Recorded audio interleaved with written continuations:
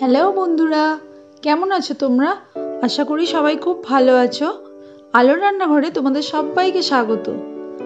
আজকে আমি মাংসের একটা রেসিপি করে দেখাবো। মাংসটা আলু দিয়েই ঝোল করব, কিন্তু একটু অন্যরকম পদ্ধতিতে।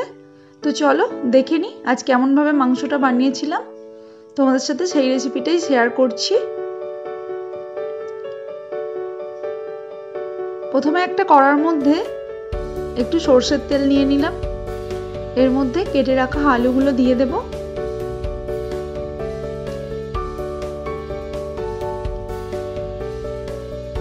সব আলুগুলো দিয়ে দিলাম।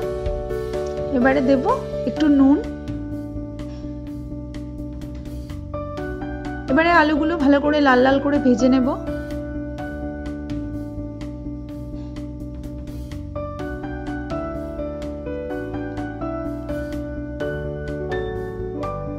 আলুগুলো ভাজা হয়ে এসছে মোটামুটি।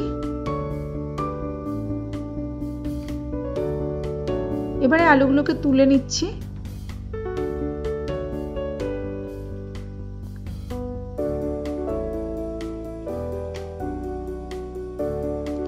আলুগুলো তুলে নেওয়ার পর ওই তেলের মধ্যেই দিয়ে দিলাম দুটো তেজপাতা আর কেটে রাখা পেঁয়াজ। আমি এখানে 1 কেজি মাংস নিয়েছিলাম, তাই 4টে বড় সাইজ পেঁয়াজ কেটে রেখেছিলাম, সেগুলো দিয়ে দিলাম। পেঁয়াজটা বেশ ভালো করে ভেজে নেব।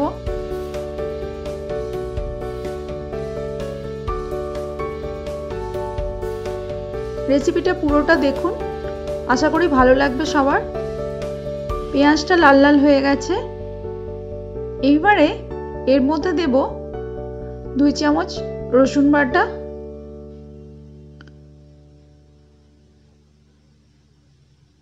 আর 2 চামচ আদা বাটা দিয়ে দিলাম। এইবার ভালো করে রসুন আর আদাটা ভেজে নেব। যতক্ষণ না রসুন আর আদা কাঁচা গন্ধটা না যায় ততক্ষণ ভালো করে ভেজে নিতে হবে।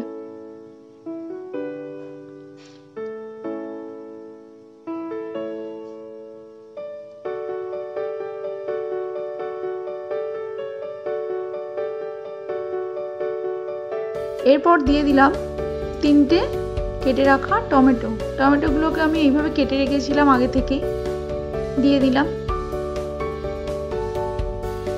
ভালো করে টমেটোগুলোও কষে নেব এই মশলার সাথে। টমেটোগুলো একটু নরম হয়ে এসছে। এবারে এর মধ্যে দেব গুঁড়ো মশলা। জিরে গুঁড়ো দিলাম 1 চামচ, লঙ্কা গুঁড়ো দিলাম 1 চামচ, ধনে গুঁড়ো আর হলুদ গুঁড়ো 1 চামচ। সব মশলা দেওয়া হয়ে গেছে। এবারে এর মধ্যে দেব 1/2 চামচ নুন, দিয়ে ভালো করে কষিয়ে নিচ্ছি মশলাটা।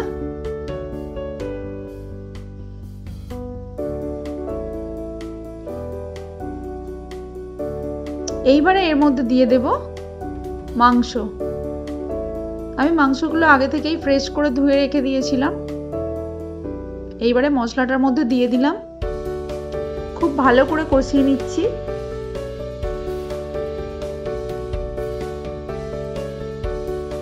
একটু অন্যরকম করেছি মাংসটা, যাতে সবার ভালো লাগে। আলু দিয়ে তো মাংসের ঝোল একদম সবার বাড়িতেই হয়, কিন্তু আমি ওটার মধ্যে একটু ডিফারেন্স করতে চেয়েছি। আপনাদের কেমন লাগলো ভিডিওটা অবশ্যই কমেন্ট করে জানাবেন কিন্তু। এবার ভালো করে কষে নিলাম। 5 মিনিট মতো কষে নিয়েছি দেখুন। এরপরে এর মধ্যে দিয়ে দিলাম 1/2 কাপ টক দই।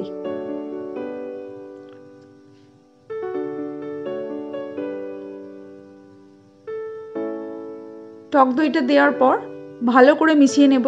যেহেতু ফেটাইনি টক দইটা, ডাইরেক্ট দিয়েছি, তাই টক দইটা দেওয়ার পর ভালো করে নাড়াচাড়া করে মিশিয়ে নিতে হবে, যাতে খুব ভালোভাবে মাংসের সাথে মিশে যায় টক দইটা।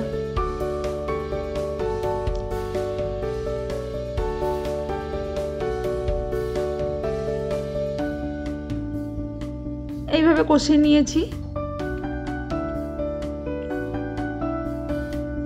3-4 মিনিট মতো মাংসটা আমি কষিয়ে নিয়েছি। এবারে এই পর্যায়ে আমি দেব ছোট কিছু পেঁয়াজ। এরকম ছোট ছোট পেঁয়াজ বাজারে পাওয়া যায় এখন। এই পেঁয়াজ দিলাম, 10-12টার মতো গোটা রসুন, কাঁচা লঙ্কা আর দিলাম রেড ক্যাপসিকাম। বেশ ভালো করে মশলার সাথে কষিয়ে নেব। এই ছোট ছোট পেঁয়াজগুলো না যে কোনো মাংসর মধ্যে দিলেই খুব সুন্দর খেতে লাগে। আমার তো বেশ ভালোই লাগে। তো আপনাদের কেমন লাগলো এটা জানাবেন। আর রেড ক্যাপসিকামটা ওটা হচ্ছে অপশনাল, আমার ছিল আমি দিয়েছি, আপনারা নাও দিতে পারেন চাইলে।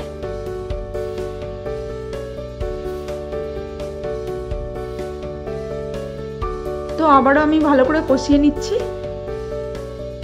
আর গোটা রসুনের ফ্লেভারটা খুব ভালো লাগে, তাই গোটা রসুনটা দেওয়া।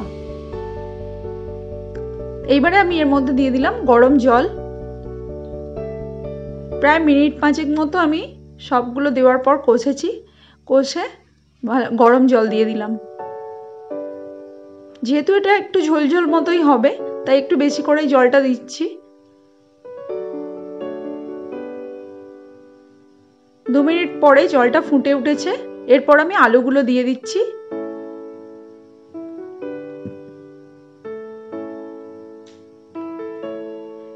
আলুগুলো দেওয়ার পর আমি প্রায় 15 মিনিট মতো হাই আঁচে মাংসটা ফুটিয়ে নিয়েছি।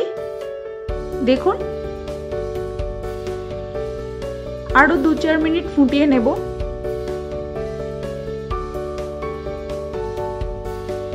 এরপর একদম রেডি, মাংসটা সার্ভ করে দিচ্ছি। দেখুন একদম রেডি হয়ে গেছে আমাদের চিকেন আর আলুর ঝোল। তো দারুণ টেস্ট হয়েছিল মাংসটার। তো আপনাদের যদি এই রেসিপিটি ভালো লেগে থাকে তাহলে প্লিজ চ্যানেলটি লাইক, কমেন্ট এবং সাবস্ক্রাইব করে দেবেন। আর পাশে থাকা বেল আইকনটি প্রেস করে দেবেন। আর আমার চ্যানেলের নতুন নতুন রেসিপি পেতে আমার চ্যানেলটি ফলো করুন। আজ এই পর্যন্তই, দেখা হচ্ছে পরবর্তী কোনো রান্না নিয়ে। ততক্ষণ টাটা, ভালো থাকুন, সুস্থ থাকুন।